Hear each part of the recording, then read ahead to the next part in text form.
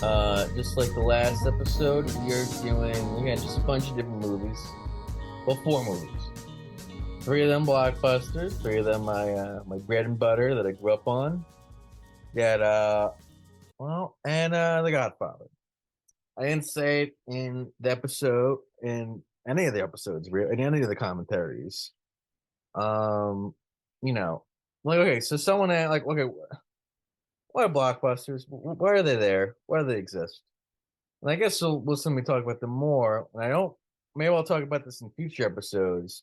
They're entertainment and they're there to make you feel good. And you can't underestimate that they are primarily there to make you feel good.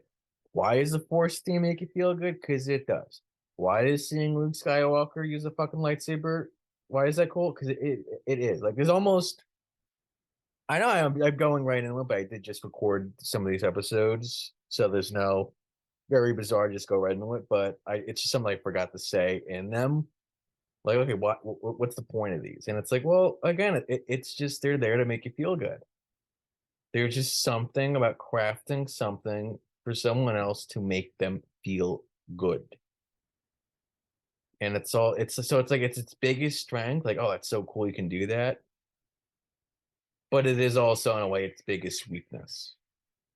Because it's like a lot of critics can argue it's like if that's what the whole movie's about is just making you feel good, that's a problem. Because I found it was interesting. I found myself on all the blockbuster commentaries. I just didn't have much to say. And maybe in future episodes I'll talk more about like, okay, here's how they crafted this moment. But the actual writing of it is fucking simple. It's a good guy beating up a bad guy, and that's good, and that feels good, and that's it. Or it's like if we're Interstellar, it's like, oh, that scene just looked cool.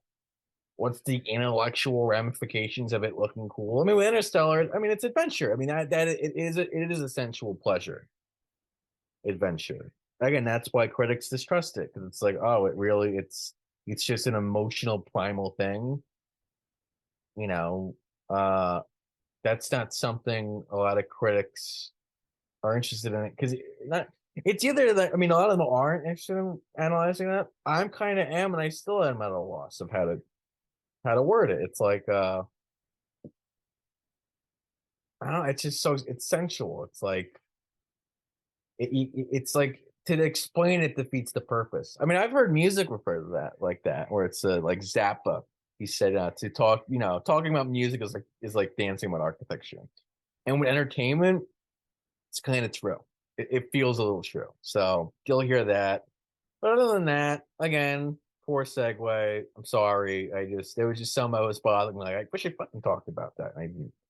But look, Interstellar, the last 25 minutes of Endgame, which you think I talk about why I do it in the commentary, Star Wars and Godfather. So continuing both those commentaries because I'm doing it in parts because my ability to focus is not great. Um, we might return to at some point doing full on movies, but again, there's just some fun about just jumping in and out that I think is pretty cool. Just watching little like I could watch 25 minutes of Mr. Smith Goes to Washington, uh stuff. But I might have mentioned it, I think last episode, but I lost 25 minutes of Grapes of Wrath, and I almost like kind of don't want to OCD over and try to find it.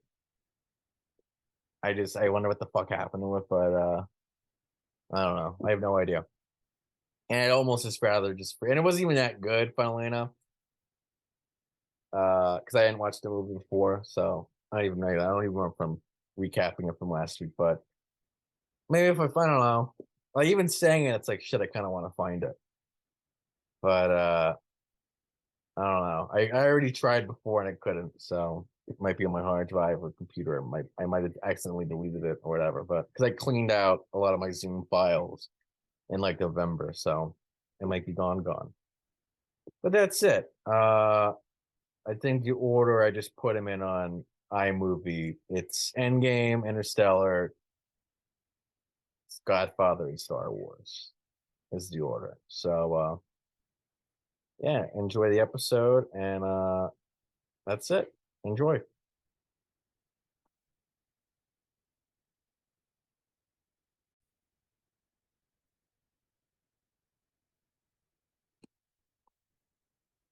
All right. So we're starting at 206. Tony. Oh boy. All right. I do like to see Tony with the shield. That's cool. This is a cool line. You mess with time, it tends to mess back.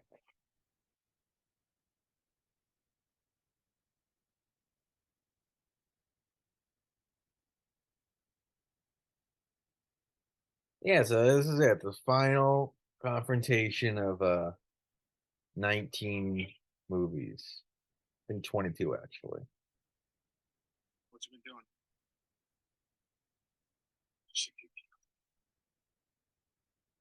I'm saying, I don't know if you're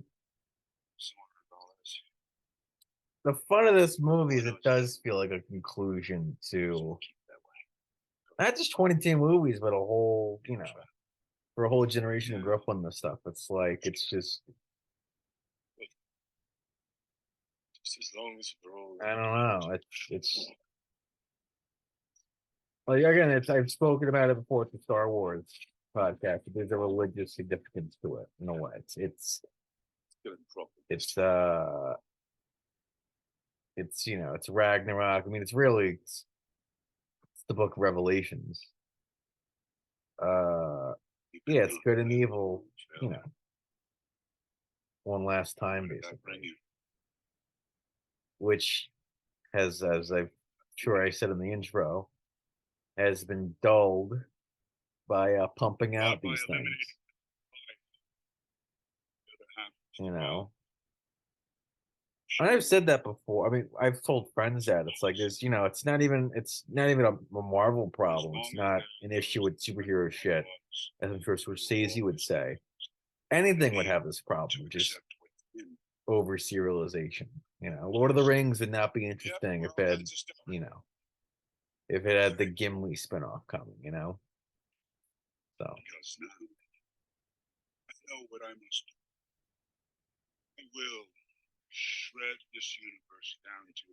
So what's going on here? Again, final battle. Thanos is back. That's cool. Why is it cool? I love the time. I do like the idea that you know this is a younger Thanos that they're facing. That's kind of cool. And yeah, so here Thanos changes his motivation.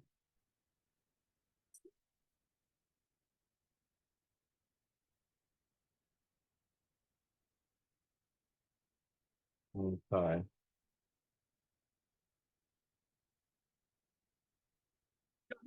I mean, yeah, the reason I think I'm only gonna do this. This will be the only Marvel thing I think I cover. I could change my mind, but the reason I started this whole podcast was there's such a glut in the superhero shit already. Like it doesn't need any more. The whole history of film before 1977 that is worth being discussed. That in that culture isn't very good at discussing. So,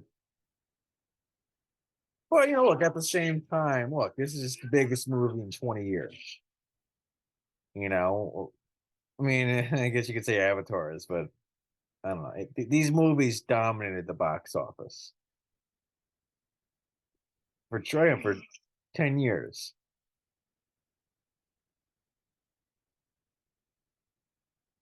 Um, yeah, this is cool. Yeah, uh, this is a fun scene.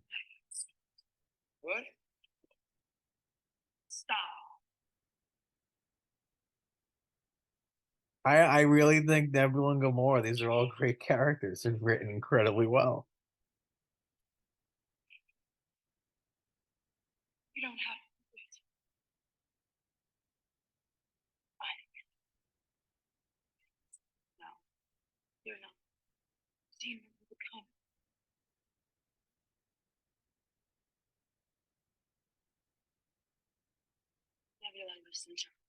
It's like the thing with these movies.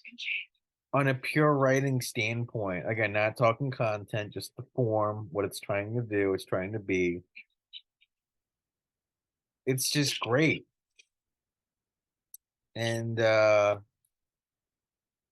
you know, because this has happened, the comparison has happened before. It's Sheik has said this before, it's just Fast and the Furious, but it's the same fucking thing. But there's thematic and emotional depth to this that again Fast and Furious just doesn't have. And that's fine, but this is clearly like the comparison is Lucas and Spielberg. So it's like, okay, if those movies are valid, a lot of people say they aren't valid, but let's say they are valid. You like Jaws and Spielberg and Star Wars, like the originals especially. I do think this movie's a conclusion. So and I'll touch on the big blockbusters. Um, you know, you have to. It is part of movie history, in other words. This is yeah, I think this is a great fight scene. It's cool to see the big three heroes taking on Thanos alone. It's very video game-esque, that's for sure. Like there's a craft in designing this uh, from a writing perspective. The screenwriters didn't do this in the script. This isn't. This is left to the choreography people.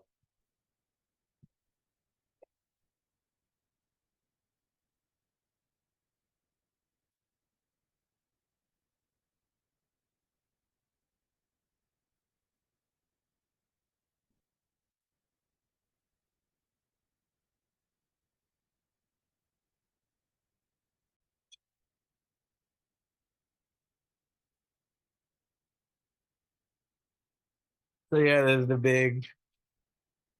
Look, so what's the pleasure? Like it's what this what's the pleasure of an action scene? Like why is this so fun for me to watch? Like it's very you know it's again it's good versus evil. It's aesthetically pleasing. It's almost doesn't really make sense to Anna. Again, there's craft here though, and again, it's how you design the battle. Like I think I said a few seconds ago, the choreographers and the directors are writing the scene, the way the battle stuff works. And the way I have it, so I mean, it's Steve, he's kicking ass at first, and then Thanos returns the favor. That's the dynamic of this little battle. And Steve is clearly outmatched. And it's just something there's something to it. That scene's a callback to Age of Ultron, that image. Don't know if it's intentional or not, but all my years. yeah, this stuff it's simple pleasures. One pleasure is okay, life has really got you really beaten down. And it's fun to watch Captain America stand back up. I'll tell you now. And then you got Thanos being evil as fuck. Stubborn.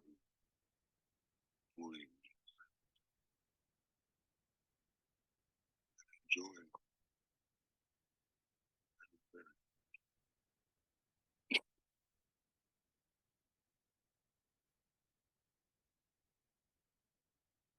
Big evil army shows up.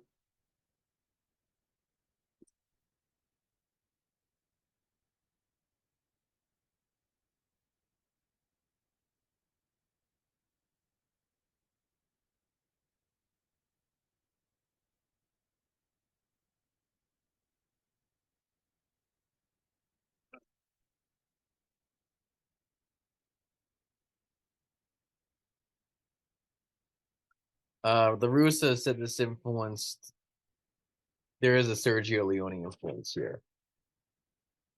Uh, I don't know the way it's. I don't know where.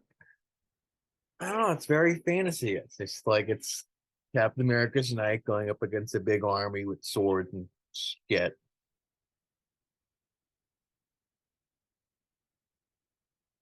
That's very Sergio Leone, that huge wide shot. There's the big portal scene. The good guys show up to save the day.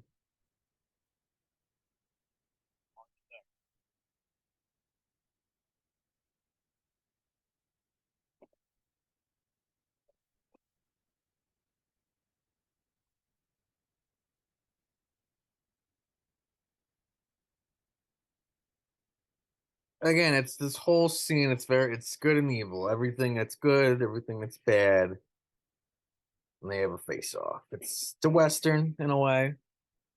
So it's funny. There's not a lot of westerns that do that simple good and evil thing. But maybe the B movie westerns, but the ones you'll find recommended on like the greatest of all time lists. None of them are like just straightforward good guy, bad guy. High Noon kind of is. But even that plays with it a bit. That's it's not exactly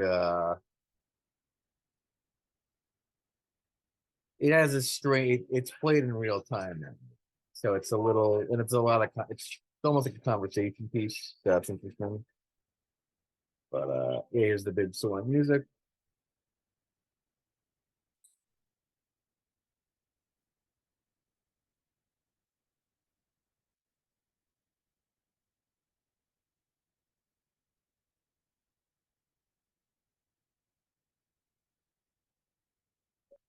Not everyone.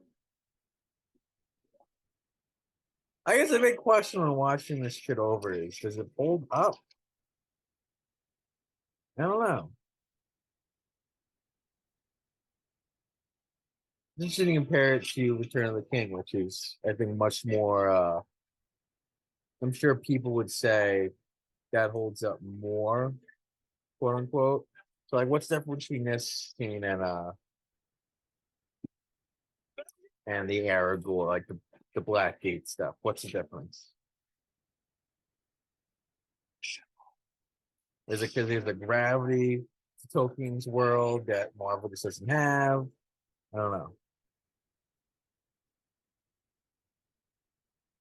I've seen this scene 1,000 times, so it's I'm watching a lot. I know each beat of it. So,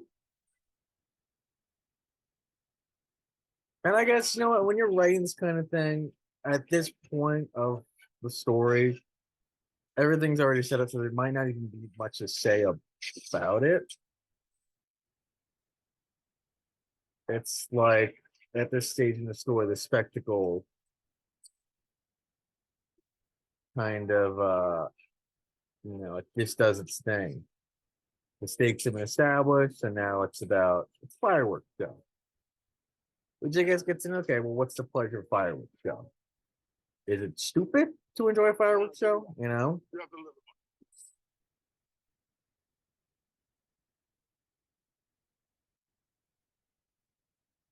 mean, I'd be interested to analyze that. What makes something cool aesthetically with a fireworks show? What makes it a good fireworks show?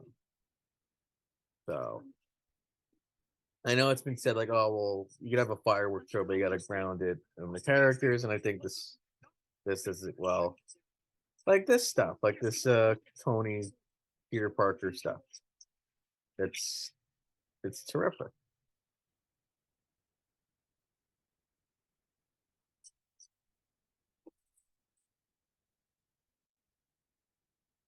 So now that I think about it, I don't know how close Tony and Peter were really ever. Not the shit in the movie, but I mean, but I don't know. That goes to show you how much charisma sells the stuff, and how much an implied relationship sells this, especially because it's a movie, it's not a show. So there's a lot of stuff your brain fills in. I think even the writer said like there's a lot of the writer. I think the writer was not the director. I know the voice. I hear the voice of the writers in my head when I watch this scene, and they're saying like this is all the emotional reunions part of the big battle. So that's interesting. And now this is where you know, so this section of the battle is how do we defeat Thanos? So you have to take that, you know, they take it back to wherever it came from. It came from. The way to get it back, Thanos destroyed the quantum tunnel. Hold on. That wasn't our only time machine. That's just clever, just having that fucking time machine. How long you need to get that thing working? Maybe 10 minutes. Get it started. Get the stones to you. We're on it, Cap.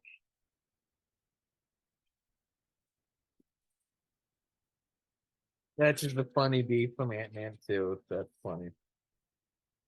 Funny reference. Said 1 out Cat of 14 one. million we win, yeah?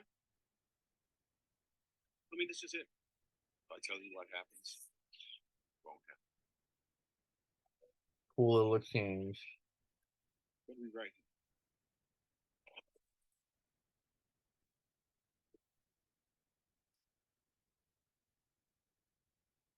It's back here. Dead. What? It's dead. Hot wires.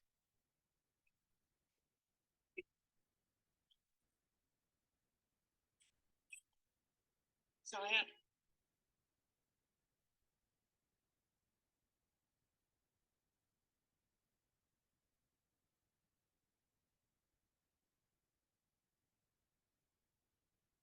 He knows his name. It's cool. A lot of this stuff is I don't know what the word is. It's where you have the text reference itself, so it gives this cool little. It's no, it's pleasurable when a thing rhymes with itself. When there's these callbacks. You just think for me. You will.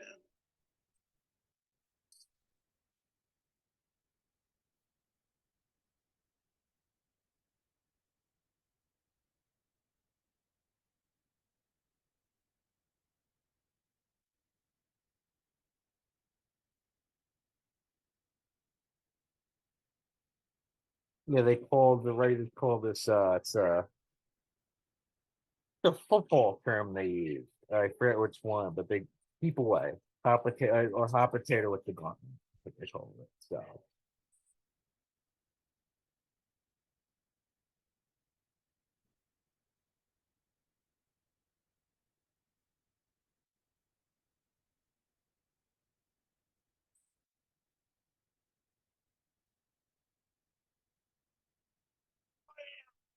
What side? Our troops. Just do it.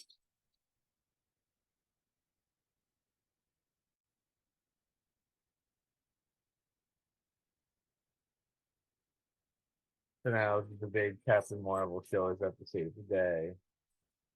So yeah, battle is like it's a lot of back and forth. They're winning it, and then the other guys are winning it, and you're just trying to do a lot of cool shit with the battlefield. So I'm doing this because I'm writing one of these things right now. A work of this sort, fantasy of it. So that's another reason I'm doing this. I don't know, it feels like you need to talk. If a whole generation of people.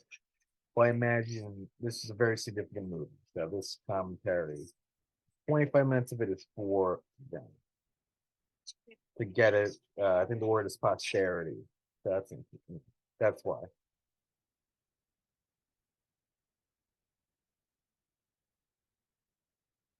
There is there's a lot of people. I don't know, like that line with Peter Parker. I don't know. There's a lot of it's very kiddie. It's very kid cartoony. And there's a narrative too where it's like on the one hand people are like, oh, it's kid shit. Why are you an adult watching? On the other, it's like, all right, so we're not supposed to have fun ever. But then it's like, well, why do you find it fun? What do you find fun about it? So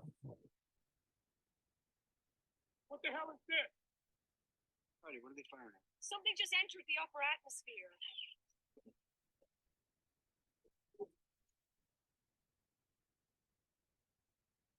That's just cool. That's just a big fucking chip getting pounded through.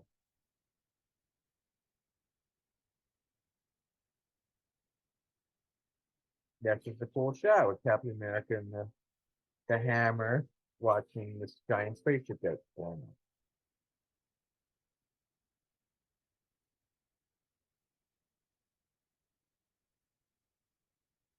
Cool shot of Thanos telling he's losing.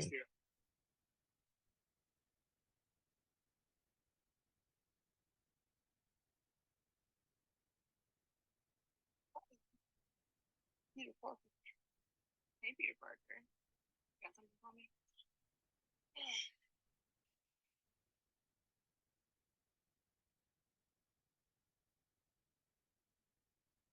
Yeah, she has help. The girl power team.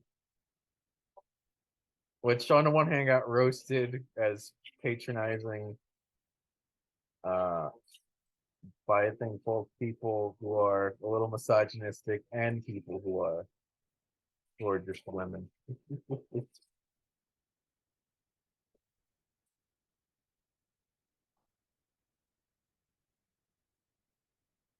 Yeah, it's fast. I don't have much to say other than just it looks cool.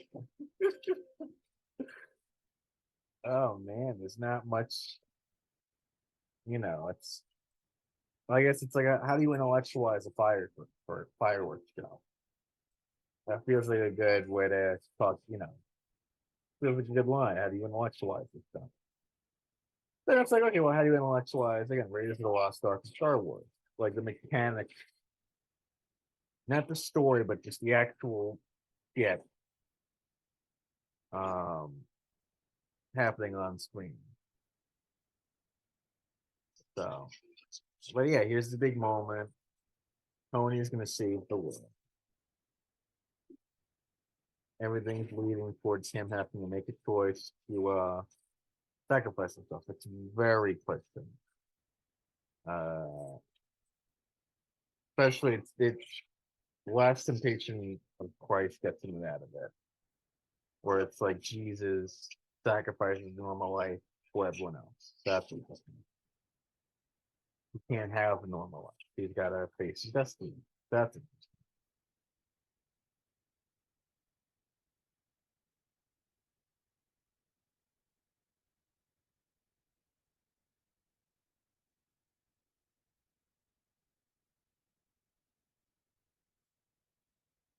It's also worth mentioning is this course, like who's the real main character of the Marvel movies. At this point, it's clearly both Tony and Steve, but you know, that's a cool moment with Tyler Stone because people were wondering if he used that to beat Hulk, but he didn't. But he uses it now to beat Marvel. So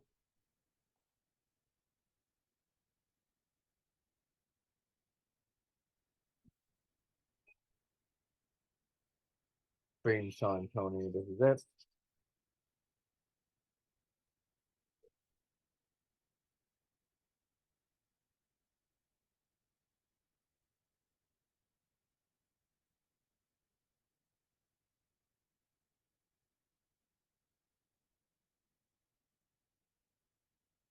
Big line.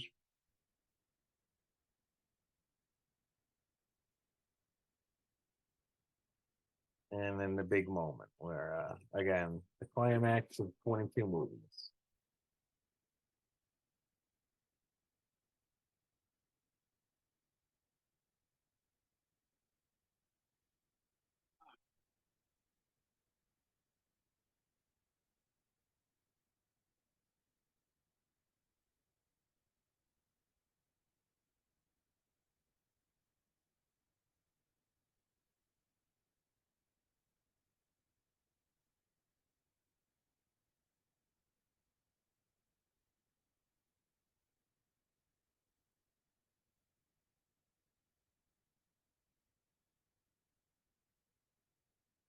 All right, and the battles end. This is the big. This beat happens in a lot of these movies. It's you're watching evil defeated, the evil defeated moment.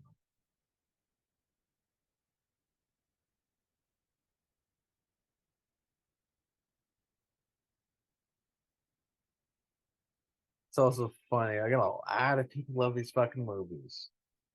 Is it because they like being a kid again? I don't know. I don't know. They like seeing evil defeated, I guess.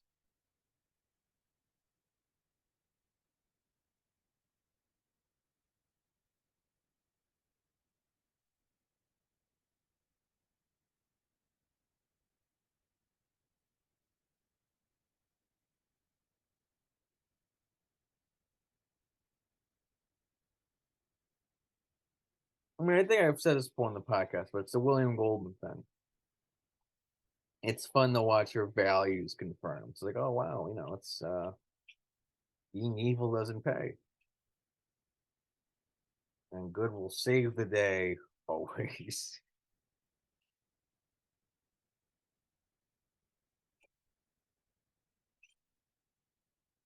And the big Tony dying moment.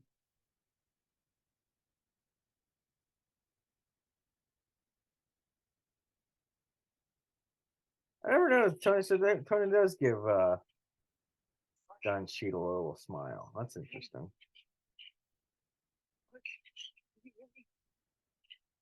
See, Tony's not looking at. All right, now he's looking at Peter Parker.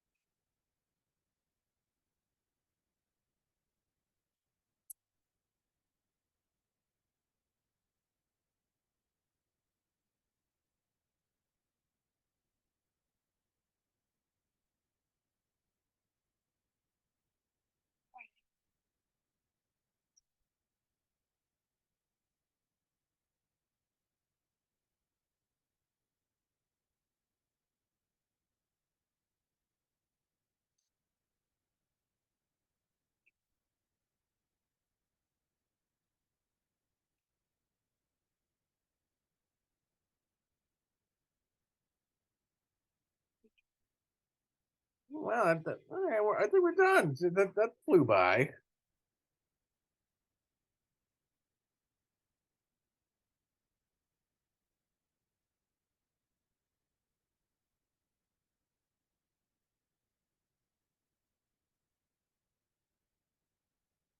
Okay. Yeah, damn. And we're gonna fade out with what's his face, Captain America. There was actually a whole scene that was cut of the whole gang kneeling, paying respect to the dead. So that was cut because it's redundant. But all right, we're moving right on to Interstellar now.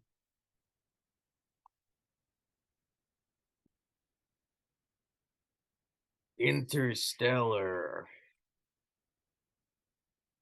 Here we go.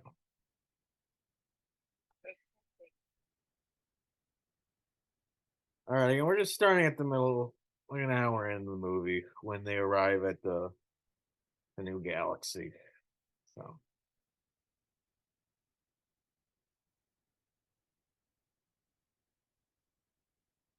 and this is yeah, Interstellar is it's quite the movie. It's probably one of the most unique blockbusters of I think the past 2 decades, I'd say. Yeah,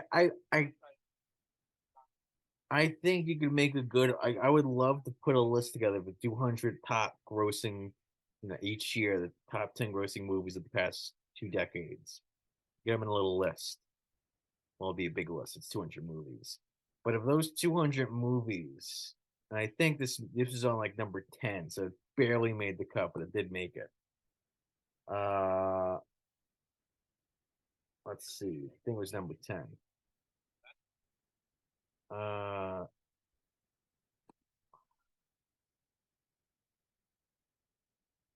let's see here. Yeah, Interstellar. It's number 10. Big Hero 6 is right behind it. How to Train Your Dragon 2 is 12, and American Sniper's 13.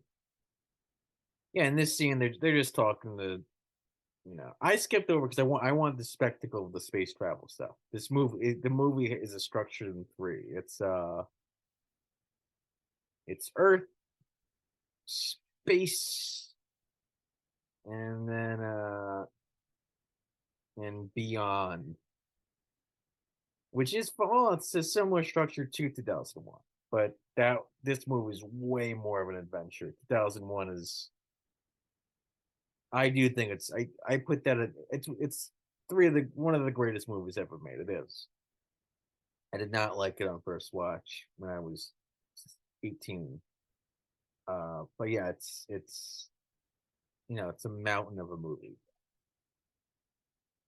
And it's more of a drama. It's almost like The Last Judgment, or you know, it's like a religious painting. It's like Dante's comedy. It's Homer. It plays a lot differently than the Spielberg Lucas uh adventure movies, which this is, and the Interstellar is.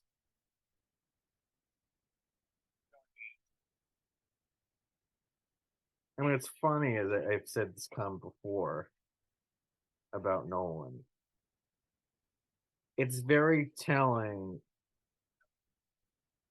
The most important viewing of 2001 for him is the spectacle part. He says that 2001 he saw when he was 7 years old. That's how he sees the movie at its most fundamental form, and that is might be a bit silly. Because I mean, yeah, it's a spectacle triumph, sure, but that attitude is how you get sort of a lot of the criticisms that people have of Chris Nolan. That, oh, it's he's Michael Bay who thinks he's a physicist. Let's put it that way. It's a really mean comment, but that's the vibe he gives off with comments like that. All right, so now we're landing on we're going to that little planet. So there's again, in terms of structure, there's three places the characters or McConaughey goes to. It's two planets and then into the black hole. So those are three of the settings, along with that spaceship. That's four settings. So it's kind of a smaller movie in that way. It's not a big cast, which I actually never realized before. So that's why I do these. It's fun to realize shit like that. Like, oh, for such a big movie, quote unquote, the cast is quite small, which also is something that hasn't come with 2001.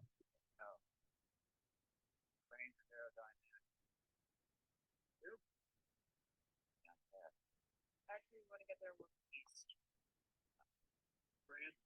Get ready. Oh, the domestic box office for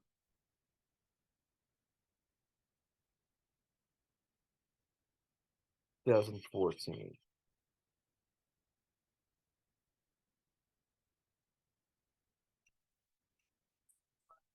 Hey, it's the only time I ever went down with the machine was easing at the wrong time.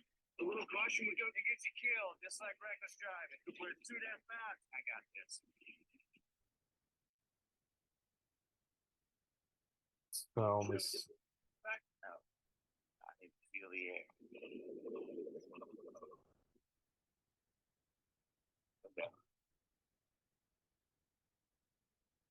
Just water. Peter, got a fix on the beacon. Got it. I need shapes and speed. Put a spiral down on top of it. Everybody hang on.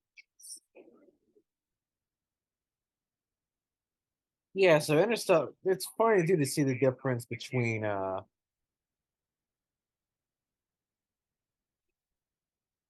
a movie does overseas and how it does here. Interstellar made a lot of money. It made more of its money overseas. So did Spider-Man 2, funnily enough. Amazing Spider-Man 2. But yeah, no, of all these movies, of all these giant blockbusters, again, I think Interstellar is one of the more unique ones. I don't know, I don't know.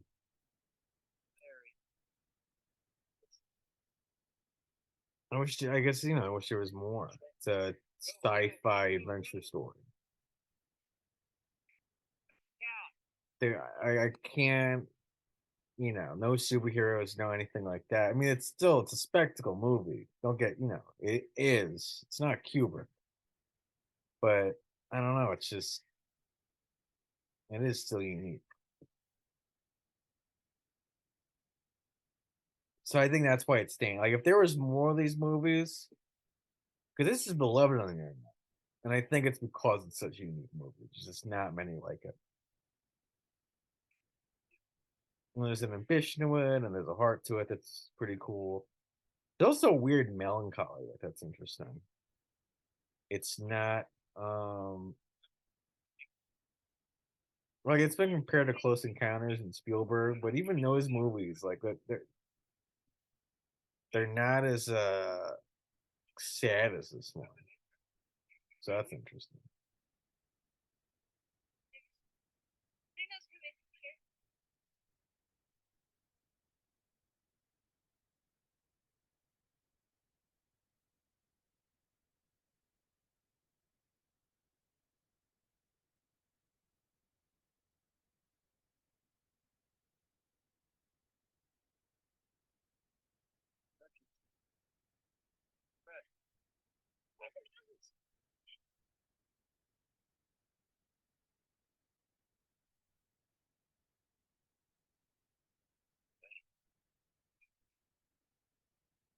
Yeah, it's funny for being such a space movie. There's not too much time spent drifting through space. But I don't know. That's the thing with spectacle, man. If you're into it, like with the Avengers, like if you're just in this shit exploding or space, there's a lot they can get away with. There's a lot of lack of depth to get away, which again is why it's looked down upon in literary circles. It's like, yeah, sure, that giant wave looks cool, but what does it what does it mean? Well, nothing. It's just cool. So again, that's why Scorsese and Coppola and all the literary people, literature and theater, people who make art films, they don't like this stuff because it's like, again, why is that cool? I don't know. It just is.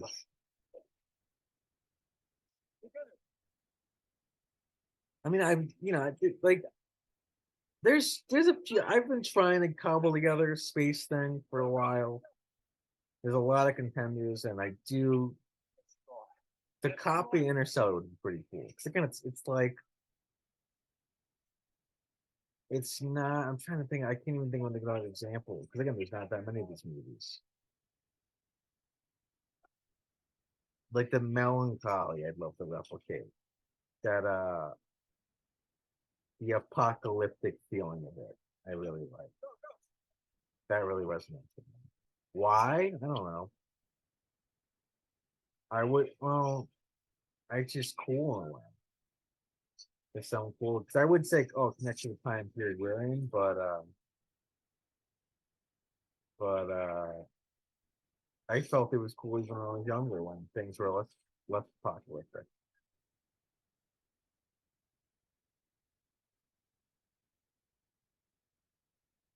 Man, I couldn't even think. Again, I think that's why this movie's so fucking beloved. It's like I don't know. I can't like okay, down. Okay, one. What else? Like I'm talking big sci-fi. I mean, I tried to look for it in the novels, but even there, it's I can get Arthur C. Clarke's work that'll show up. But it's like you're in new territory when you try to write something like Interstellar.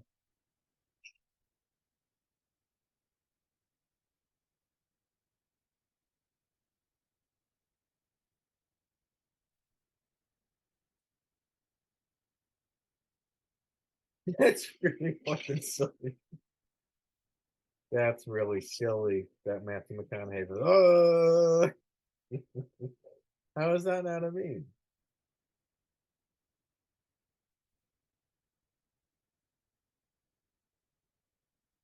That's fine. It's never been a meme. It's never been pointed out that that's just really fucking silly. Your waterlogged. Let it drain. What the? Watch your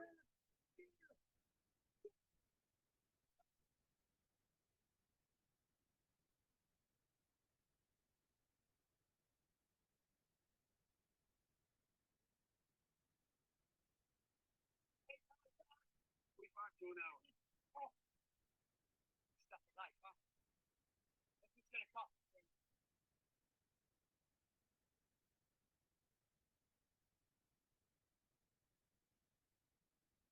That's cool though. That relativity shit.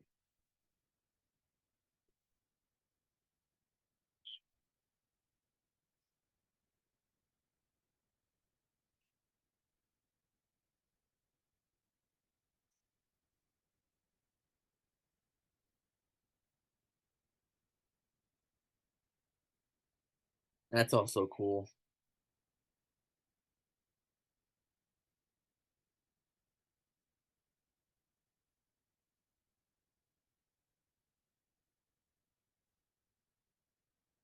Forget that. I forgot that line. That I never realized that. You guys got the survival skills of a what was it?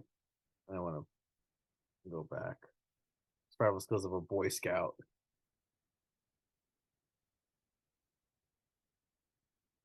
But that's a cool emotional stake for the movie. That's cool.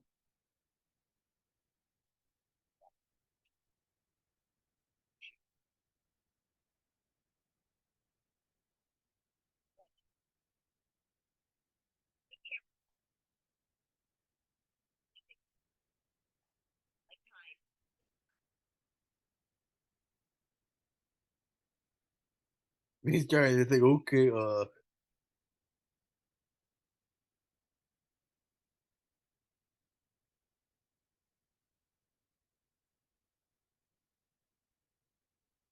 so he figures out how to that's interesting.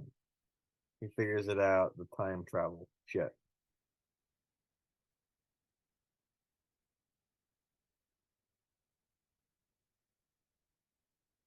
This is all exposition shit. So it's this is good news. Like these actors deliver it really well.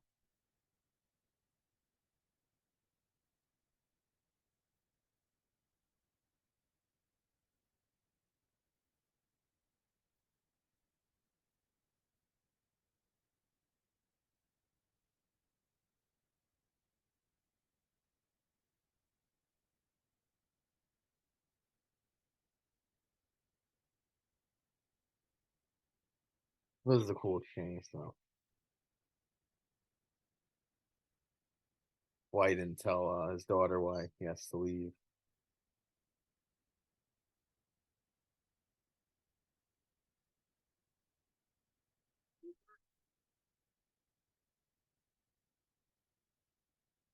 On speed it takes a minute or two.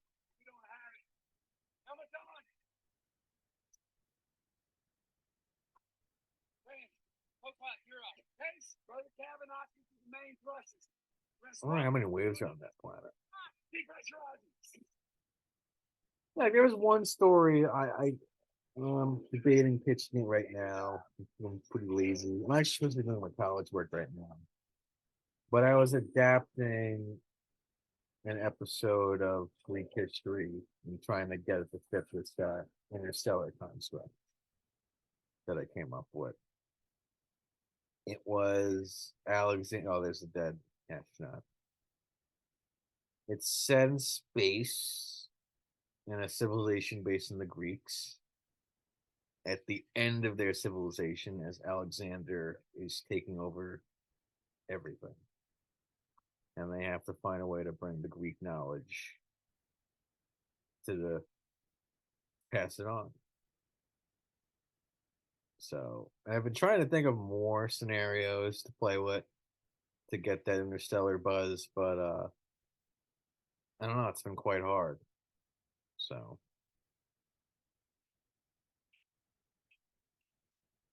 to generate more of those premises.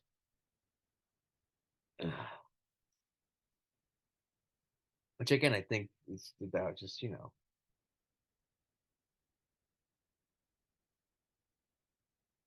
that was a cool little touch. That was a cool little actor moment.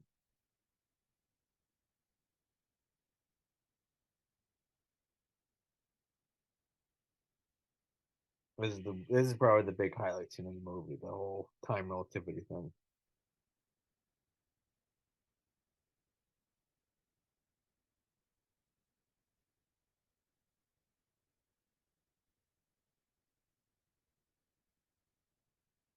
This is the highlight.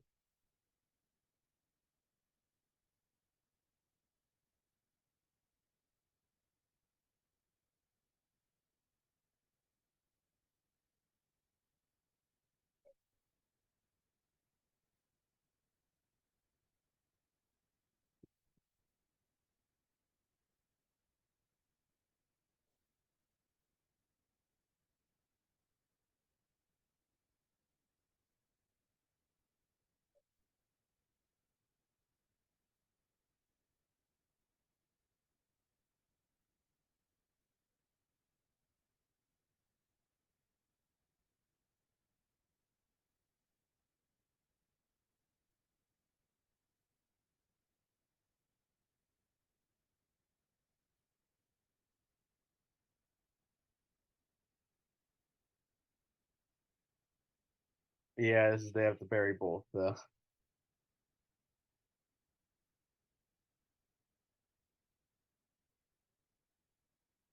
both die.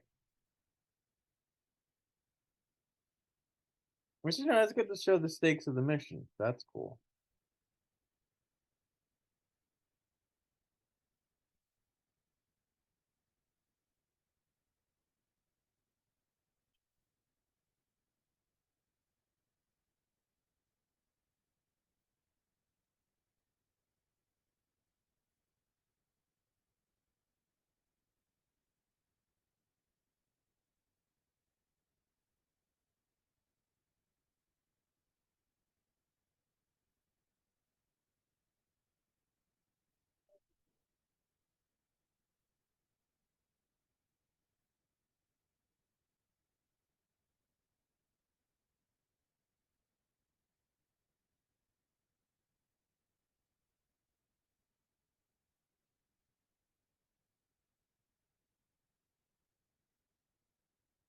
Yeah, it's a very touching scene.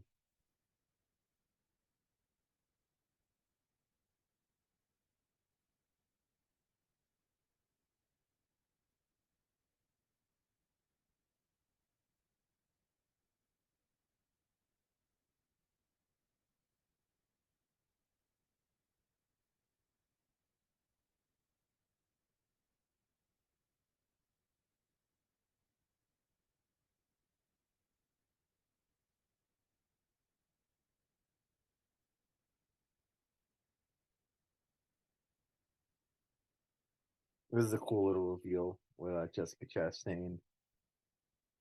I also never noticed the thing spinning, the ship.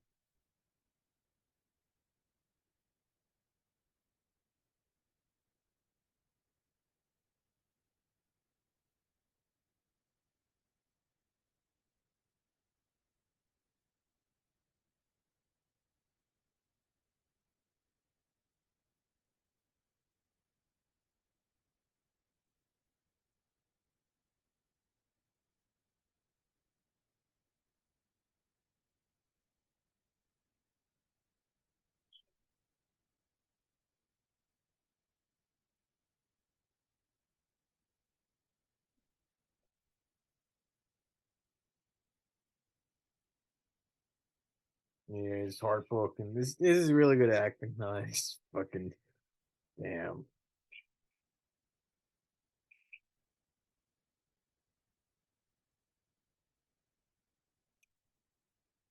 And that's a cool match cut, getting us back to Earth.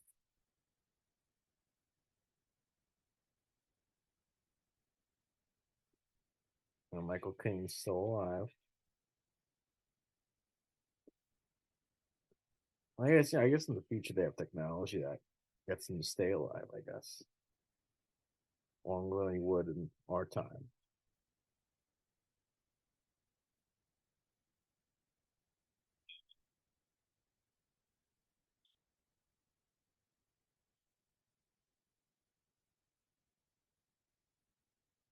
This is cool. They're gonna work on science stuff now. So it's science fiction.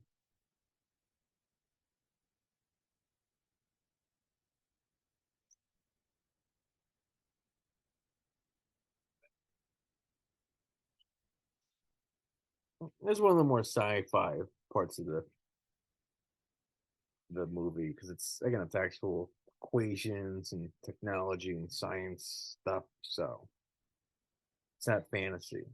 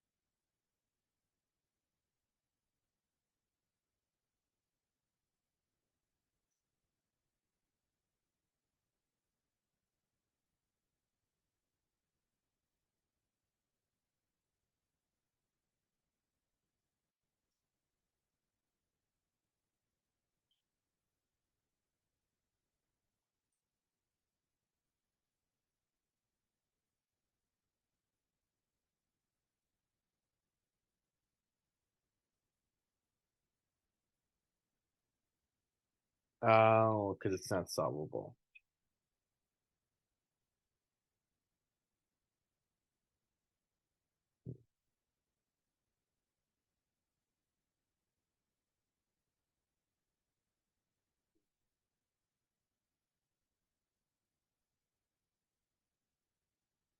I think the big reveal is coming up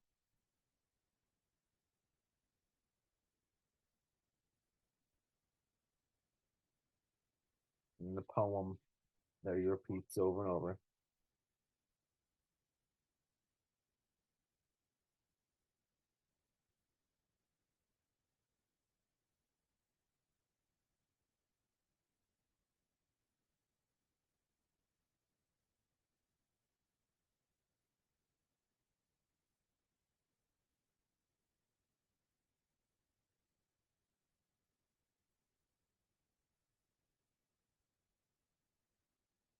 It's now they're deciding what to do, which means they think the next scene is the the big reveal that everyone on Earth is fucked, which is also a pretty good midpoint.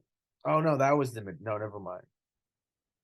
The effects of time relativity. That is the exact midpoint of the story. That's interesting.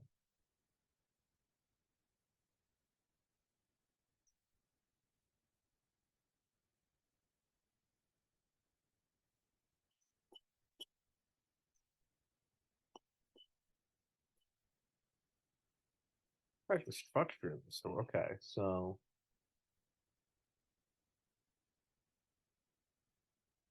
I guess we have to figure out where the act breaks off.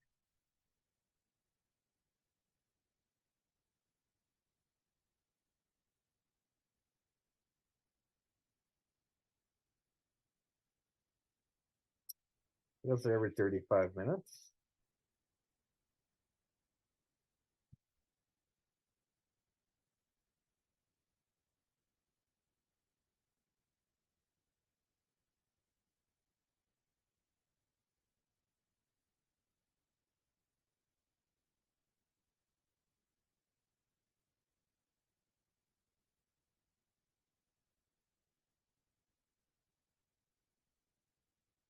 What is it? I guess the act breaks are every 40 minutes then.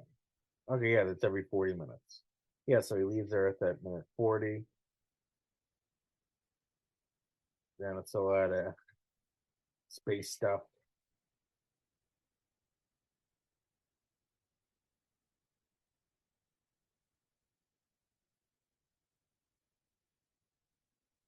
So, but I interesting. So Act Two begins with after he's made a decision. They tell her to leave.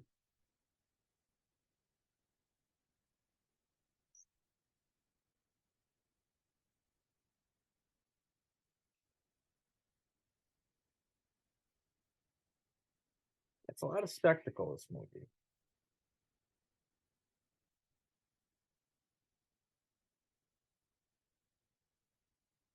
So the love thing, that's more thematic stuff.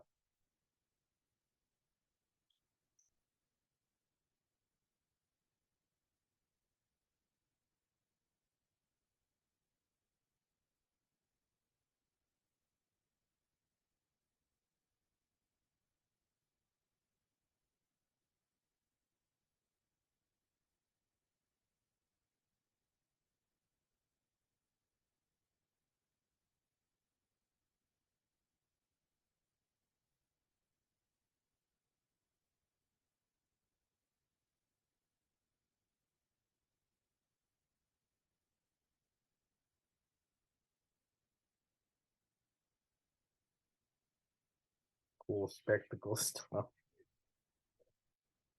right, now we're back on it. Oh wow. All right. What are they burning crap shit?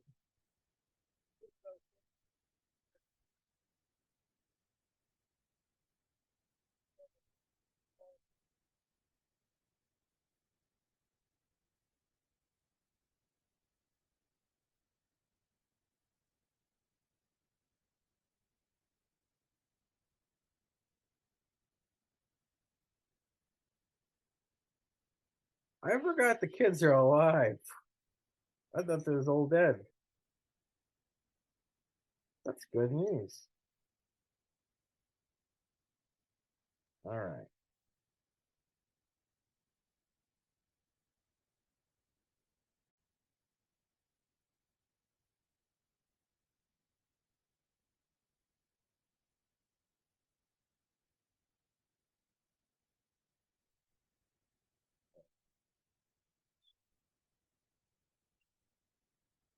So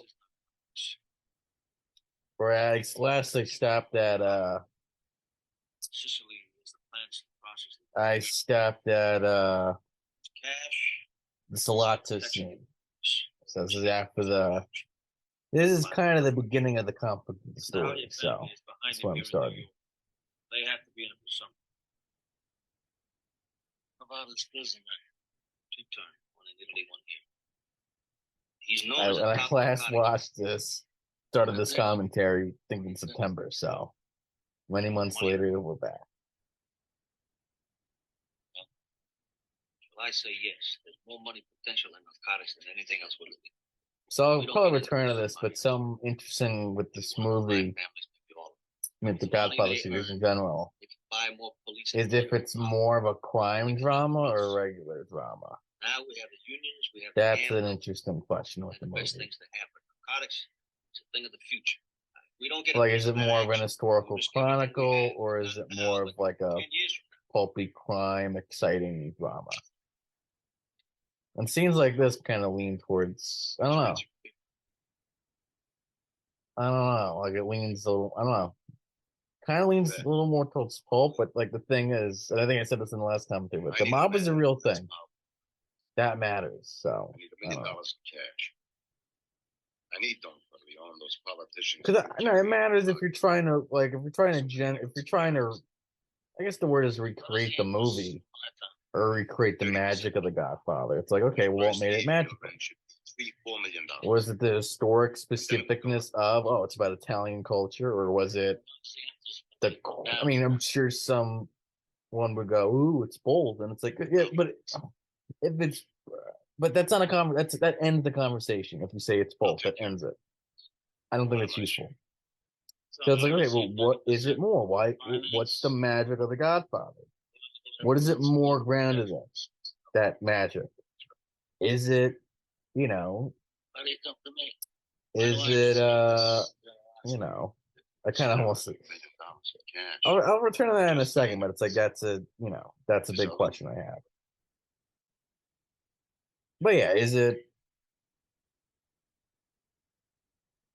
the specificness of the Italian culture that makes this movie special? That it's actually chronicling this moment in time, or is it this general timeless, like, oh, it's just about power and all that kind of stuff, and it's exciting and all that kind of thing? I must say no. I'll give you my reason. It's true. I have a lot of things. And then again, I mean, well, part of the magic of the movie is and I think I said this last time as well, it's the theater stuff. It's just, it's crafted in a way where, I don't know, it's so old school. Like the shot we're looking at right now, it's Sonny in a two-shot, Sonny and Vito in a two-shot. And you see Sonny, he's has thoughts about what, You telling me that the Italians guarantee our you know, investment? he has thoughts, and you're seeing him go through these thoughts in the scene. And that's just good directly. I have a sentimental weakness for children, spoiled as you can see. Talk when they should listen. Anyway, Senor Salazzo, I know it's final, and I wish to congratulate you on your business, and that you do very well. Good luck to you, especially since your interests don't conflict with mine. Like, okay, I'll give you like one idea I have, but again, to recreate The Godfather. Once, one, it is a historical chronicle. I was looking at Vietnam in after the Americans left, so 1975. And there's 10 periods of that country's history where if they try to make everything socialist. And it's like, okay, you can tell that story in this Godfather epic kind of way, where it's about, how a family, probably a wealthy family, is affected by that, or a powerful family is affected by that. That's cool. It's very specific. What you thinking again? There's also another idea where I want to adapt. It's been an old one that I've had my notes for quite a long time. It's adapting Bismarck, like a Shakespeare play, The Life of Bismarck, to a contemporary American setting, American urban setting. So he basically added Germany very ruthlessly. And it's like, okay, can you apply that same timeless story of the ruthless efficiency of using power and tell in the modern setting? In an American contemporary setting that there's a pulpy excitement in it that will engage not just the intellect, but the sensations. And I've tried to speak in these terms with friends who are not writers, and I'm not sure they get it, which is fine. But that is what you have to, like, that's really important to keep in mind with different genres. Like a crime movie, it's again, it's about the sensations, the excitement. So like there's stuff that happens that doesn't happen in real life, and that's important to keep in mind. So again, is that kind of stuff, is that what makes The Godfather work, or what? Is that pulpiness? I think American audience like the pulpiness, and I think the sight and sound people, they like the specificness of it. I think to me, that's my understanding. That's the difference. So it's one of those rare movies that works for both the art house and mainstream crowd. So that's interesting. Because there's not many movies that can do that.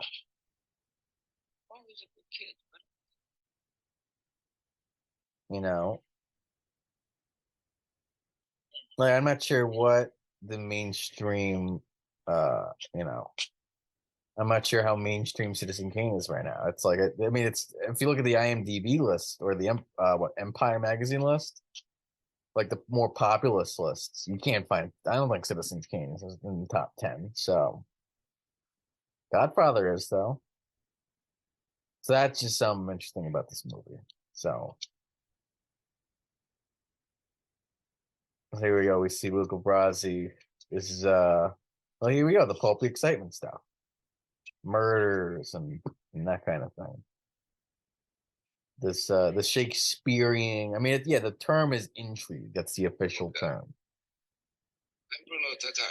So Get the scotch. Boy.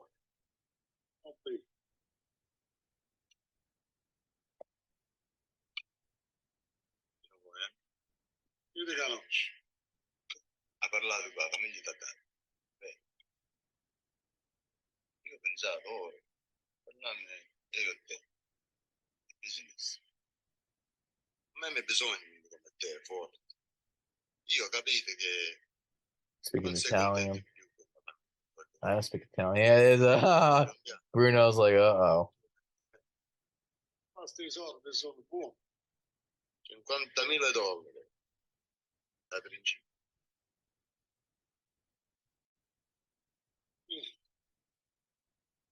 D'accordo? Va bene. See, yeah, and it seems like this, where it's like, oh, this is just pulping and exciting. It's like Breaking Bad. It's just not as exciting as Breaking Bad. I mentioned this last time. The movie didn't work for me. It didn't work for me when I watched the first time because I was expecting something more exciting and actioning and that kind of thing. But this has that. This, yeah, there we go. Yeah, and he's good with a knife. Yeah, that's smart. Because earlier it's mentioned that you know, lots is good with a knife. So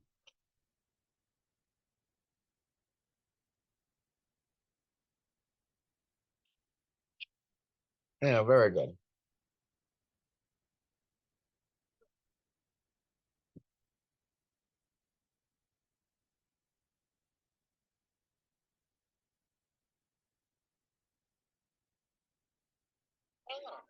Merry Christmas. Yeah, so again, this is the pulpy like suspense part of the movie. I haven't got time. I mean, I've said it like 3 times already, but it's like, okay, now Tom Hagen's getting kidnapped by Salazar. So now stuff is happening. Really exciting.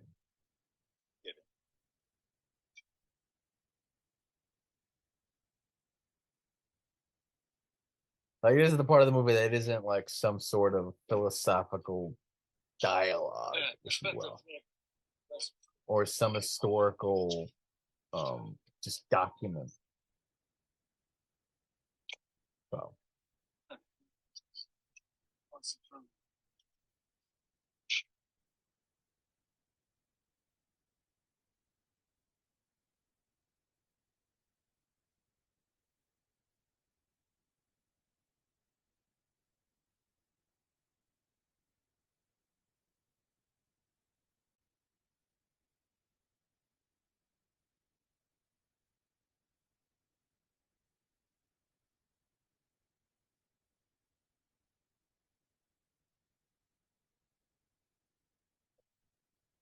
there we go, the big scene. One of them, anyway.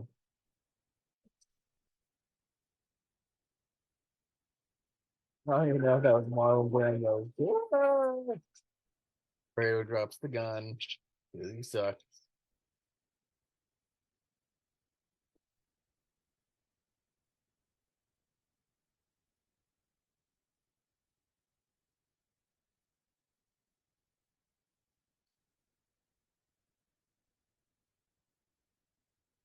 Papa! I think he just screams that.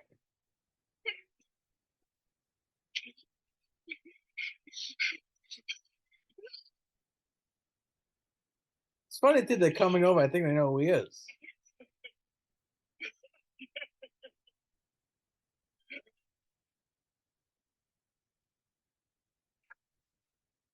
Oh, you see, Papa!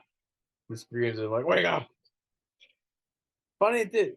If you read about old Hollywood, that's a real thing. That the movie that's playing, I didn't know they used the director's name. Yeah, Leo McRae. That's a big movie in 1946.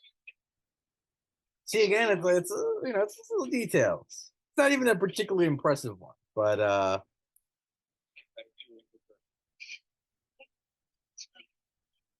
again, it's like okay. So if you take that movie idea much before Vietnam in the years of 1976, 1986, this movie is a history of America from 1945 to 1955, and it documents that time in American history. Oh, no, my cat's here. Oh. Like, is that why? You know, I don't. My interest in the movie is that it's that historical chronicle. That's really interesting. Sonny, Michael. Is he all right?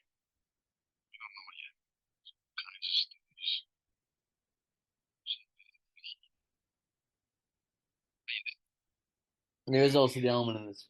It's actually not even that emphasized, at least in this part of the movie after the wedding scene. It is because you don't need to. But that Michael's an outsider. It gets almost shocking at Michael that they're talking to some degree. You know what I mean?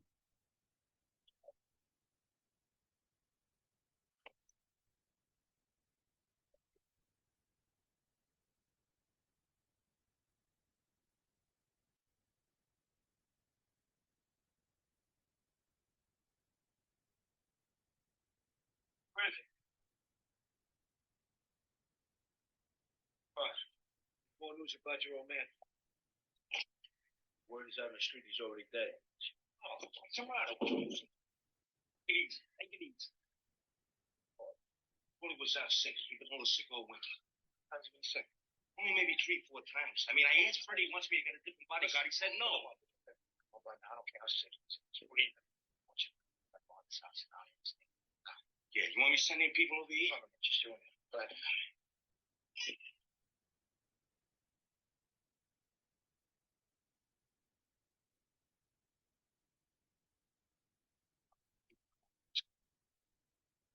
It's like, yeah, it's like, oh yeah, Michael, you heard about Dad? I don't know, it's like a surprise factor. That's interesting. Probably not explaining it properly, but hopefully you get what I mean.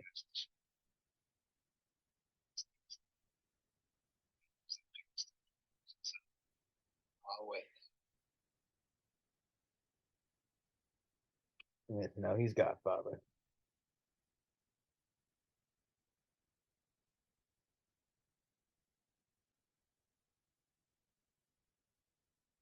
Your boss is dead.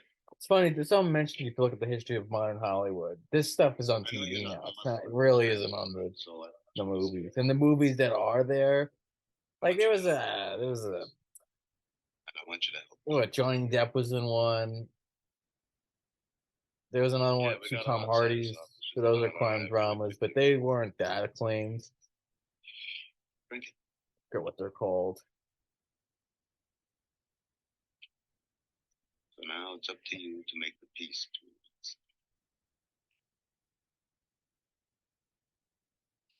Sonny was hot for my view, wasn't it?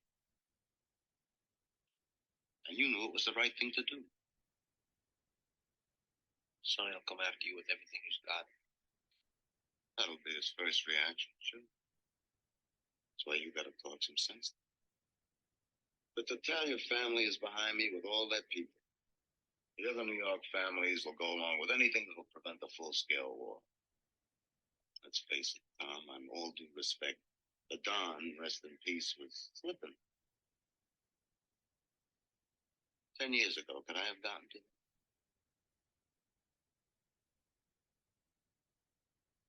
Well, now he's dead.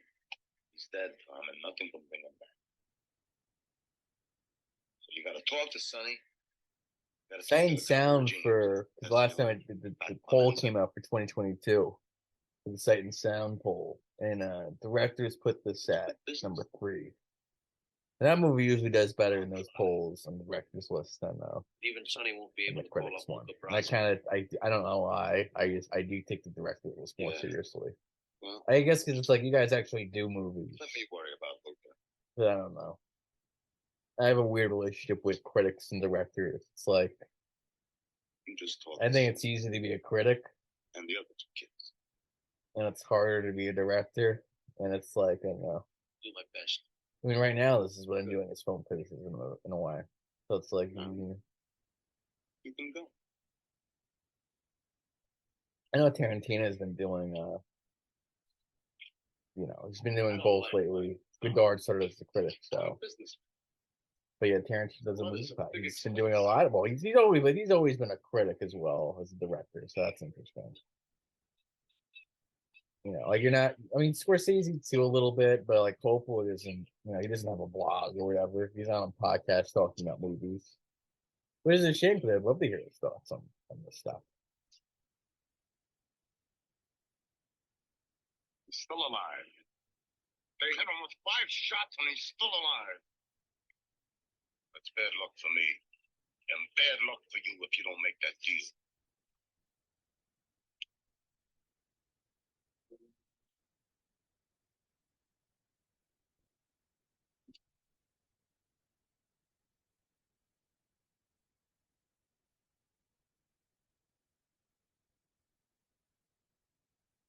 So now we're firmly. This is all Act Two stuff. This is all Act Two is full of tension beginning, rising conflict, rising tension, which I think I remember even, you know, in elementary school they actually explain that to you, the rising action of a plot. It's all English stuff. Your mother's over in the hospital with your father. Looks like he's going to pull through. It's a lot of bad blood. It's fun, you know, there's a lot of again, it's a very classic movie. I don't see it used much anymore. The fade out, the fade in, fade out, whatever you call that. Also funny to see Sonny. He has a cross on him. Very you know, the murdery. I don't know. Also, this is another old school cinema thing. One shot. No moving camera, one shot, one medium shot. Rather long take. The other New York families might wind up supporting Solazzo just to avoid a long, destructive war. This is almost 1946. Nobody wants bloodshed. Your father dies. Make the deal. It's easy for you to say, Tommy's not your father. As much a son to him as you or Mike. What is it? Hey, Paulie, I thought I told you to stay put. The guy at the gate said they got a package. Yeah? Oh, that's your boss. There's a theory that Paulie was a part of this. In fact, I'm not even sure. I think it's confirmed. So, traitor. Yeah, right. I wonder if that's confirmed or not, though. Take care of that son of a bitch right away. Yeah. See you.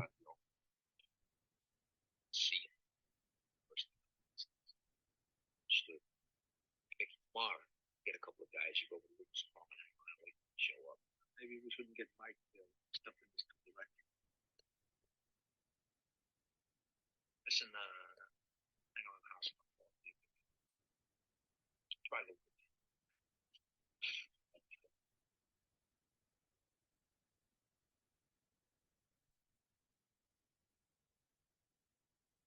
What the hell is this? That's a Sicilian message. Well, I mentioned this in the last one, but I have thought about trying to see if The Godfather works on the stage. Especially because it's, you know, there's a Shakespearean element to it. So that's, you know, it'd be an interesting artistic experiment to see if it works on stage. It's been done before, too, apparently. Someone turned it into prose stuff. Not prose, but Shakespearean verse. They converted it. Rocco, sit on the other side. Block the rearview mirror. They converted to Shakespearean verse and put it on stage. But it's like, okay, well, how can we see it on stage? It's just, you know, the English verse and English, no, regular English. So Think about it while you're traveling. You want to hit New York sometime this month. Watch out for the kids when you're backing out.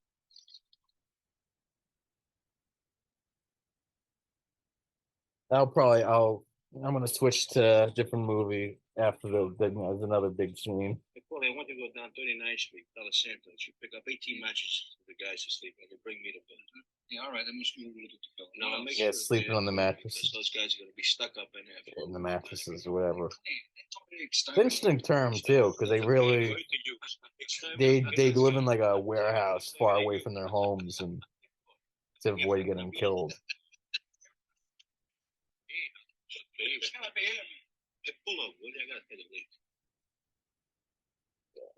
Yeah, a lot of fades. Again, you're not gonna see that in a movie today. It's kind of sad. I think it's kind of sad.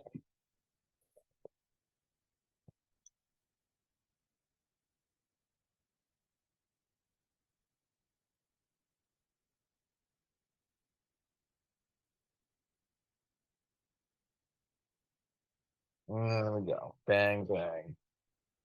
Dead. Let's see. So now, okay. So the scene after this, when I get back, that's the infamous hospital scene. Big part of the movie. Mike in the hospital. A lot of the movie turns in that scene.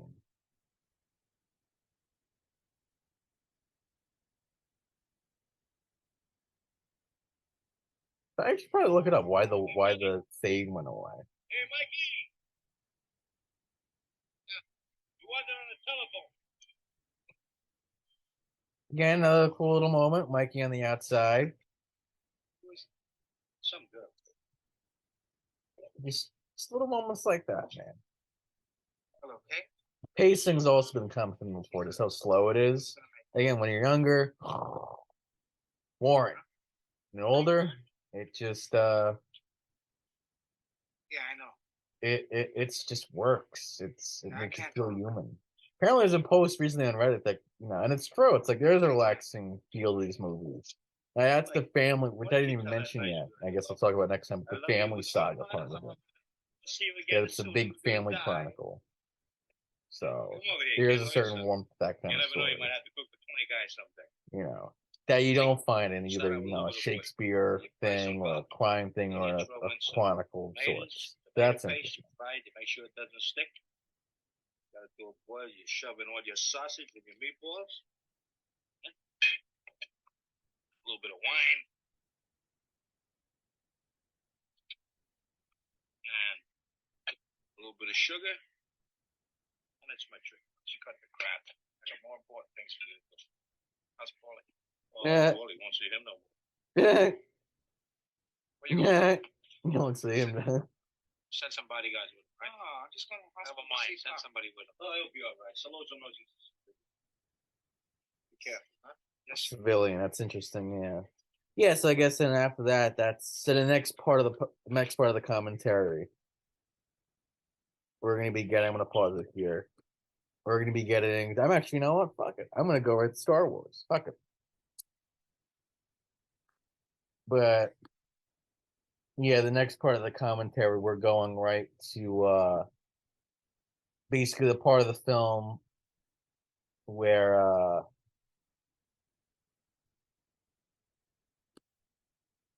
how do I put it? Mike gets involved in family business. So I'm getting that set up. 1 second. Let's see. Here we go. Actually, I'm gonna pause this. So 1 second.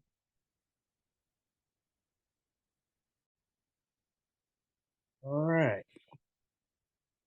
So there's probably gonna be some overlap the droid on the scanner. with the last. See our little R2 gonna hit the accelerator. The last one. The last.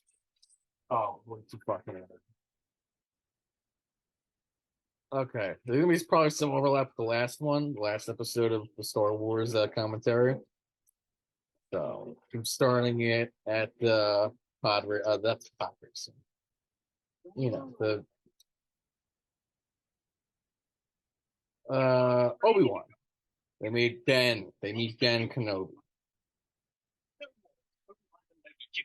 It's also fucking insane. Like, oh man, watching this movie and not even getting into how it turned all the movies into Star Wars, but just like all the Star Wars crap they're making now. It's sad. Oh man. All right, I'll try not to sound bitter. I want to talk about the actual fucking movie, including how it did influence all the cool stuff I did like as a kid. That all the Star Wars remakes, like X-Men's a Star Wars remake, Spider-Man's a Star Wars remake. It's all just Star Wars, and it's all cool. But you know, like there's 3 seasons of The Mandalorian, 1 season of Boba Fett. You know, the 3 movies are fine. I get it. Okay, 3 movies, the sequels, that's cool. You know, even like the old, like the comics, the novels, that's fine. Like doesn't cost money to me. It's not taking up oxygen. The shows take a fucking oxygen. Uh, like again, like what is it, Boba Fett? They're making Ahsoka and the actor right now. It's a new sound to this, but okay. There's too much shit. All right, you know, and it's just, but it's wild to compare all this shit to like the mega franchise it is now to just this, you know, movie from 1977. This kind of fairy tale thing. And there were some like John Carpenter made a sci-fi movie pre 1977. There were examples of this type of thing before they were in live action. You know, like I mean Disney had the top grossing movie of the year a few times. So it's not like there was no children's content, but you know, I mean Sound of Music, you know, Wizard of Oz.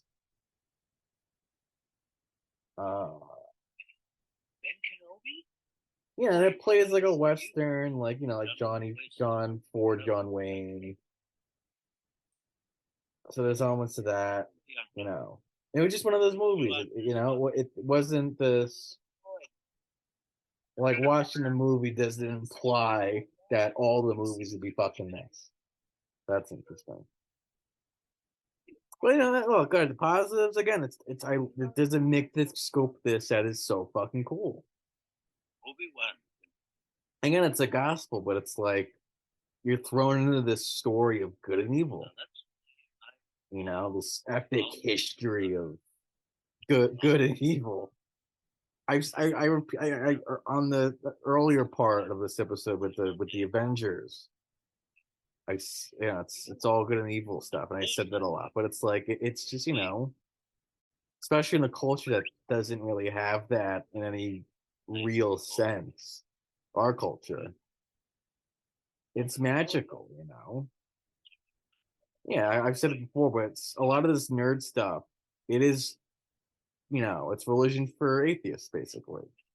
There's just, it's you know, it's like there's a need for this stuff. So even if you're an atheist and you don't believe in anything beyond this world, the material world, you still need to go to this immaterial world to get stuff. That's another thing I did get from in my theater studies class. It's called the liminal world, and that's just storytelling in general, but especially this mythic stuff. It's like it's Jesus for people who don't have Jesus, you know. There's no sense in you. Like, I don't. It's just some about a savior character that you just, you know, and being told you can change the world too. I mean, that's I don't. But that's a human value. It's like that. It is humanist, you know.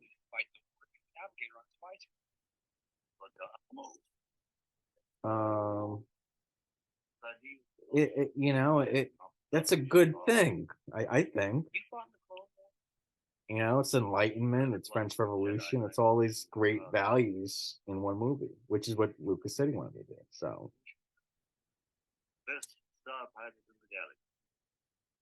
and I'm also trying. I don't know. I don't want to talk about the usual shit nerds talk about Star Wars. Like, oh my god, it's so cool. It ties into the prequels. I almost wanted to talk about this again as this movie in 1977 that was this great myth. You know,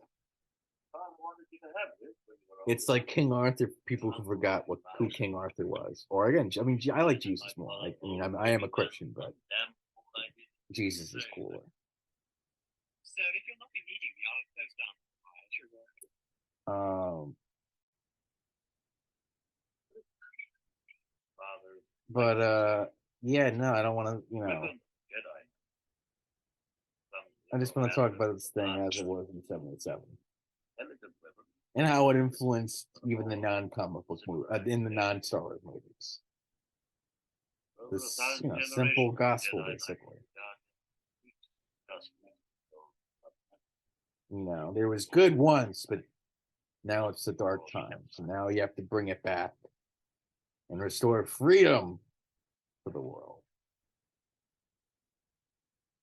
Jedi named Darth Vader, pupil of mine to defend the evil, help the Empire hunt down and destroy the Jedi. There's a little bit of trivia. The old Imperial themes used here. Not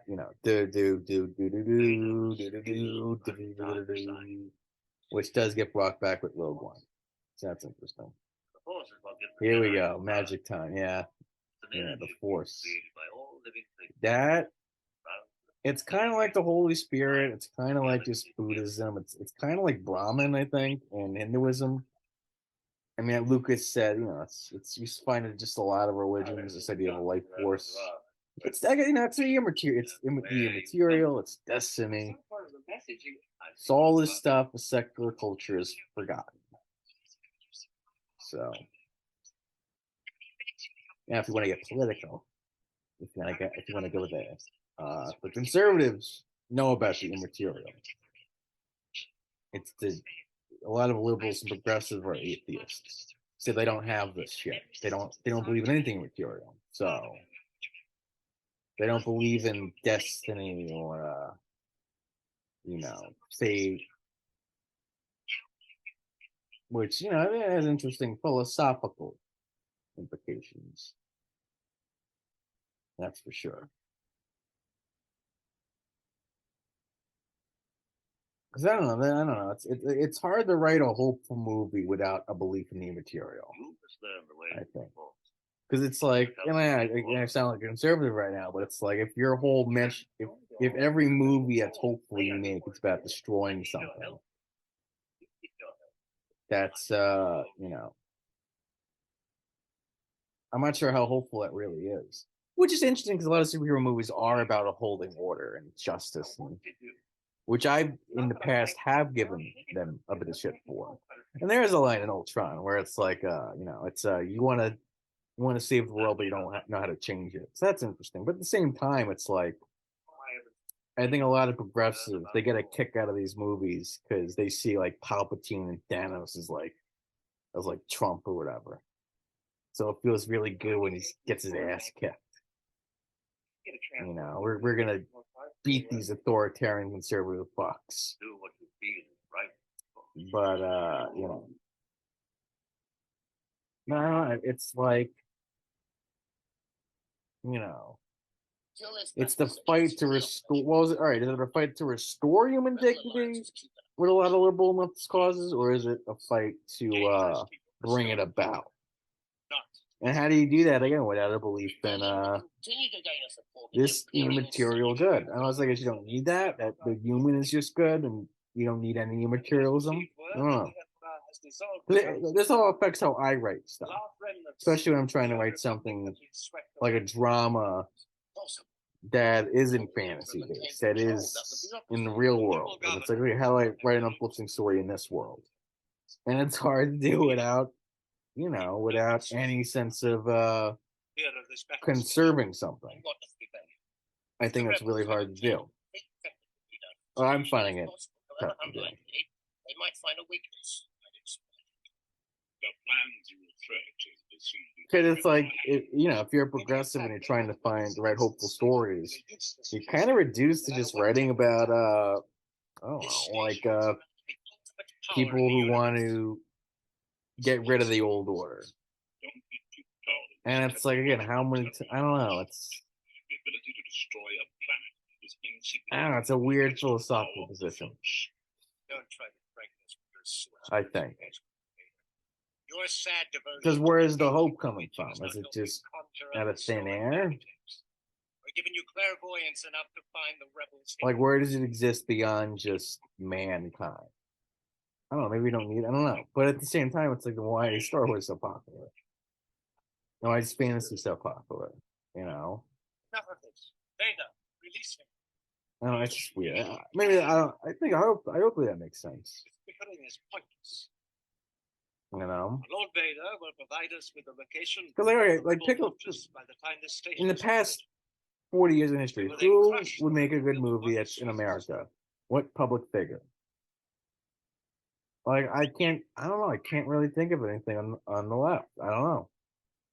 Well, I guess Planned Parenthood. I mean, one idea I did have was doing something about Black lives. Okay, I mean, there's been a few. Like, if you're progressive, you're gonna want to chart progressive stories. So, like, I mean, there's quite a few, I guess. These are the same Jawas that sold us our team. But I don't know if you real. I don't know. I might be. I don't know. I have been getting a bit more. If you're listening, I am more sympathetic to conservatism at the moment, so that's probably worth mentioning. But yeah, like Black Lives Matter would be an interesting thing to explore. I mean, obviously, any trans stuff, LGBTQ stuff, that'd be there's hope there.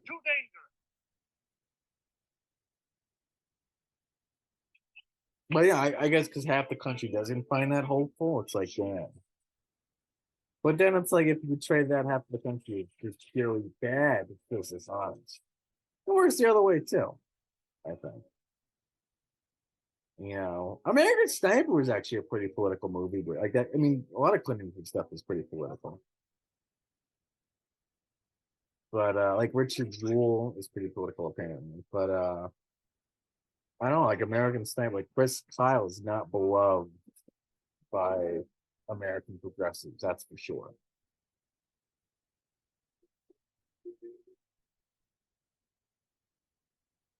Anyway, yeah, because look, I mean, just to kind of conclude that part of the discussion, or this part of the podcast. Again, the reason these movies are so popular is I mean, it's escapism, but it's like we want to keep escaping to different worlds. We don't find much inspiring about this one, so it's like let's go to somewhere. Let's go to Star Wars. I want to feel inspired. Let's go there. And I think that's sad, and I think it's a little ridiculous. It makes this world feel hopeless, and that's just weird for me. Not a fan.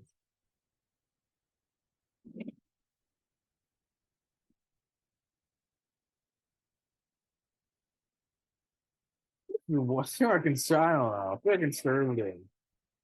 And that was a movie that was made. It was a tragedy, though. It was about Roe v. Wade that portrayed that as a tragedy. So I guess you could show a movie, but that's where it gets weird. It's like you can make a movie about the undoing of Roe v. Wade, and you could totally make it, you know, happy or sad. And it's just weird. You could do that. You could totally do that. It could either be this total victory for life, or this total defeat for women's rights. And it's like both valid. It's confusing as fuck. I should mention too, if you're into politics, the abortion issue is such a litmus test for where you stand on pretty much anything. So, like, there's not a lot of Christians who do hold to pro-choice stuff, and usually the Christians you do, they're very like loose Christians. Like they don't live the tradition beyond, a few different, parts of the gospel. They're more into, they have a different interpretation of the gospel than Catholics and a lot of other Christians do.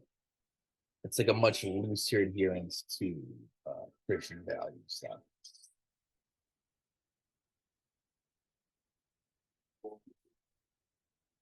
As for the actual movie, so all right, all the changes that Lucas made. But here we go. There's a little part with the dark. It sounds like the Imperial March.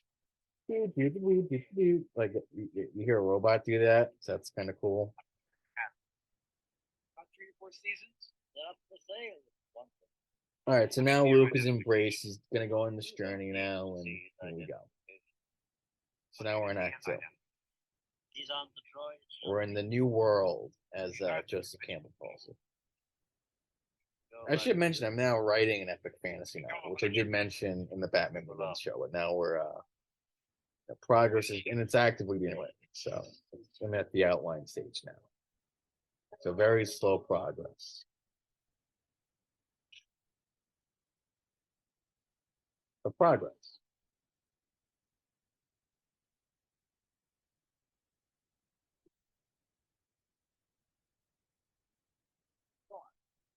I can't understand how we got by those two. I thought we were dead. Boss, have a strong influence. All right, so we're probably stopping right when so when the Falcon leaves. I never call it the Falcon, but it's a good phrase. Quick. When the William Falcon leaves Tatooine. We'll stop there. Okay. Actually no, we'll stop when Alderaan gets blown up. Here's the big big scene. Something cool. So similar to the stuff about is Godfather a crime epic or a historical drama or historical epic? There's a similar thing with Star Wars. Is it a children's thing or a sci-fi thing? Right? How much of it is geared towards children? Like, is it close? Okay, is it close to the Toy Story, or is it close to like Lord of the Rings? So that's an interesting question.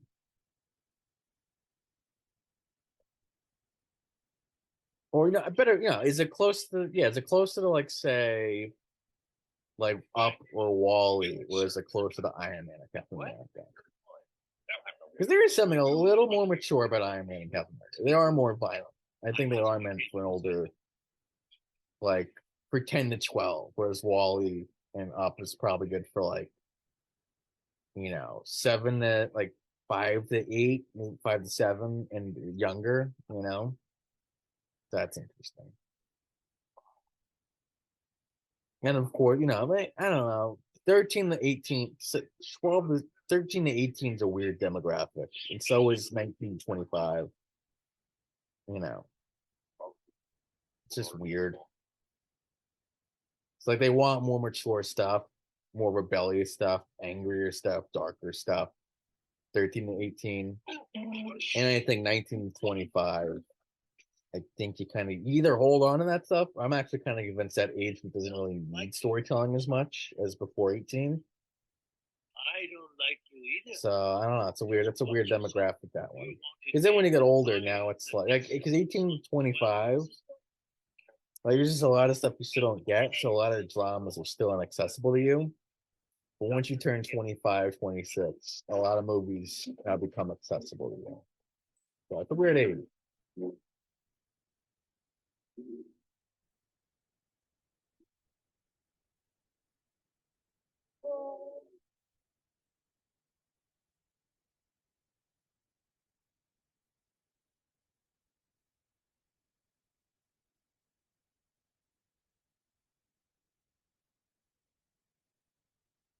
So you know what? All right, to break down the writing in this thing, whenever the Force comes up, that's almost like a plot line. That's like a subplot. That's like a thread we're following. Luke's relationship with the Force and the Jedi and all that stuff. So that's interesting.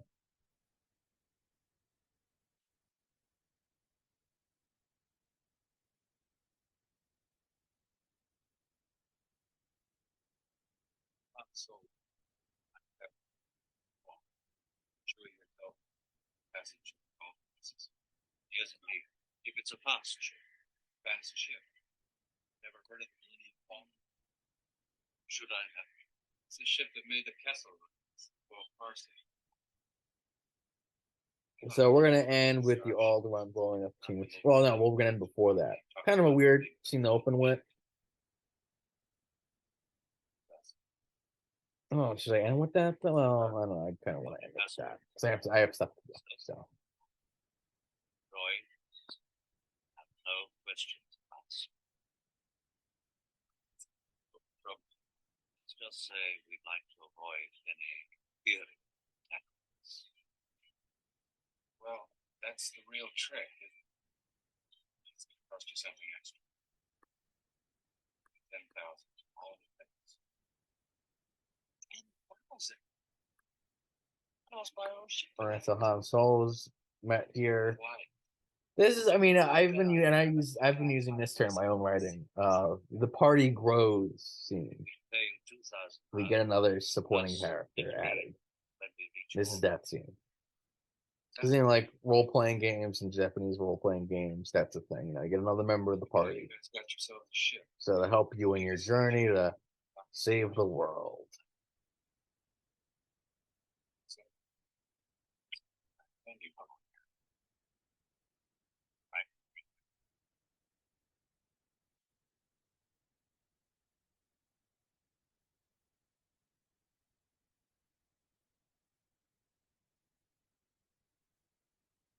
$17,000. Those guys look really desperate. This could really save my neck. Get back to the ship and get it ready. We'll have to sell your speeder.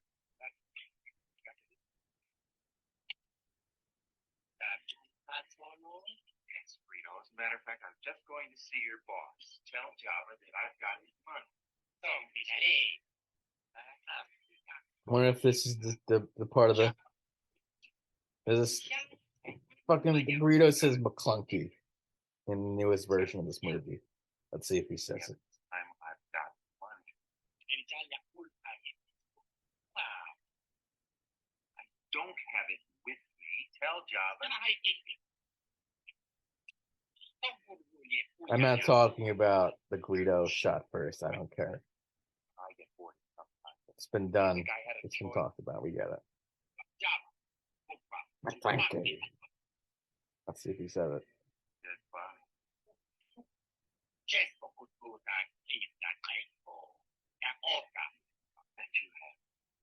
No, it doesn't say McClunky. Yeah, it was one of the last changes I think I think it's the last change George Lucas ever made. It's the one that went on Disney Plus.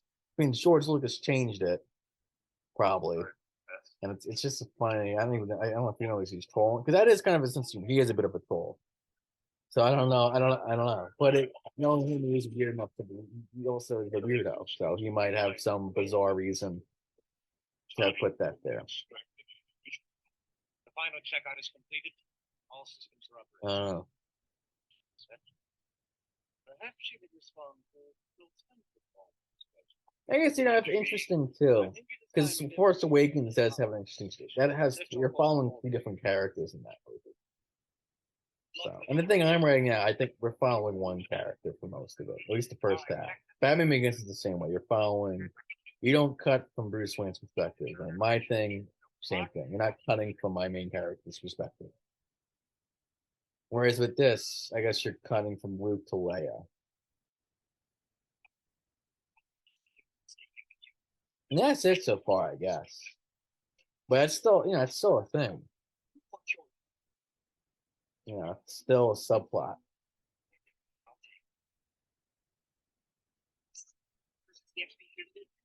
I do like the use of the Force, Luke's theme, or whatever you want to call it here, the Star Wars theme.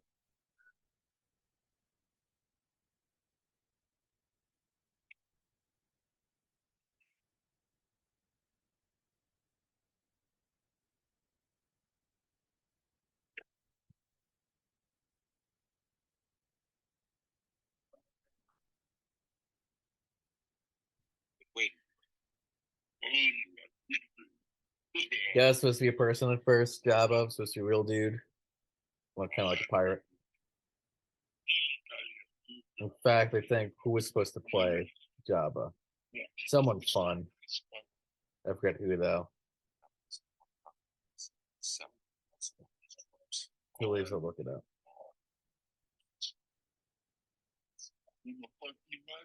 But there was supposed to be an actual actor for this.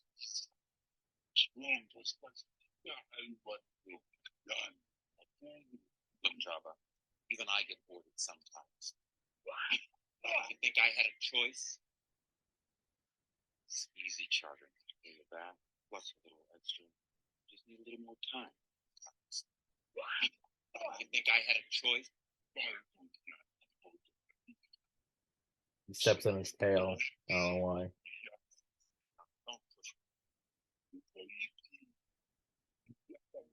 I'm sure more annoying people would say, "Hey, this is the part of the movie that's a space western. This is a space western."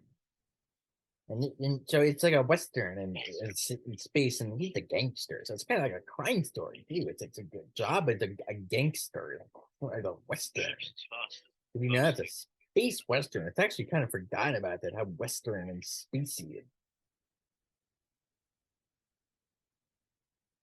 And that Mandalorian's really running with the space western part of the saga. It's so cool. Yeah, it's so cool.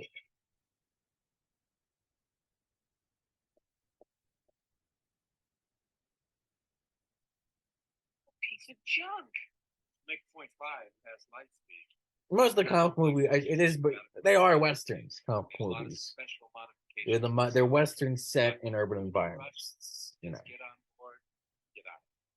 The funny enough, a lot of the canon westerns, they are not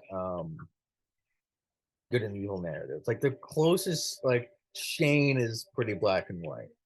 But I think when people say, "Oh, it's like a western," I think they're talking about like the B western, like all the forgotten ones that you're not gonna find in any of the, you know, the.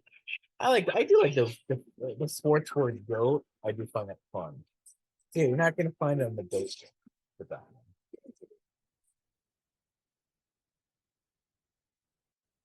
Here we go.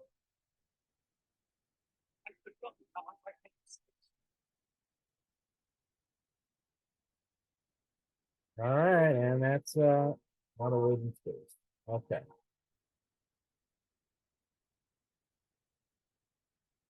Okay, we're trying to escape. All right, so onto that case. That's fine. Try and hold them off. Angle it like your shield while I make the calculation to jump the light speed.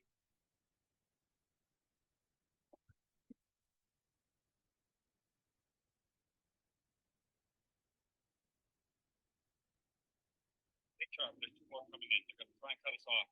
Why didn't you outrun them? I thought you said this thing was fast. Watch your mouth, kid. You're going to find yourself floating home. Be safe enough once we make the jump to hyperspace. As far as I know, your maneuvers will do.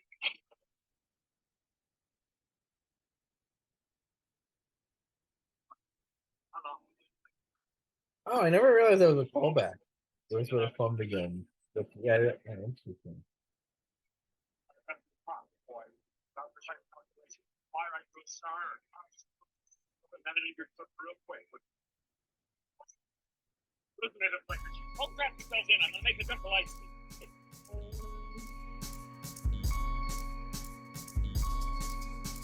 I'll say this about Lucas the rest. He's pretty natural. All right, here we go. I'll go here, but I don't know. It's not like it's a shitty film. I mean, Hawks is accused of being basic. He was basic, but he's I don't know. It's basic, but it works. Good job.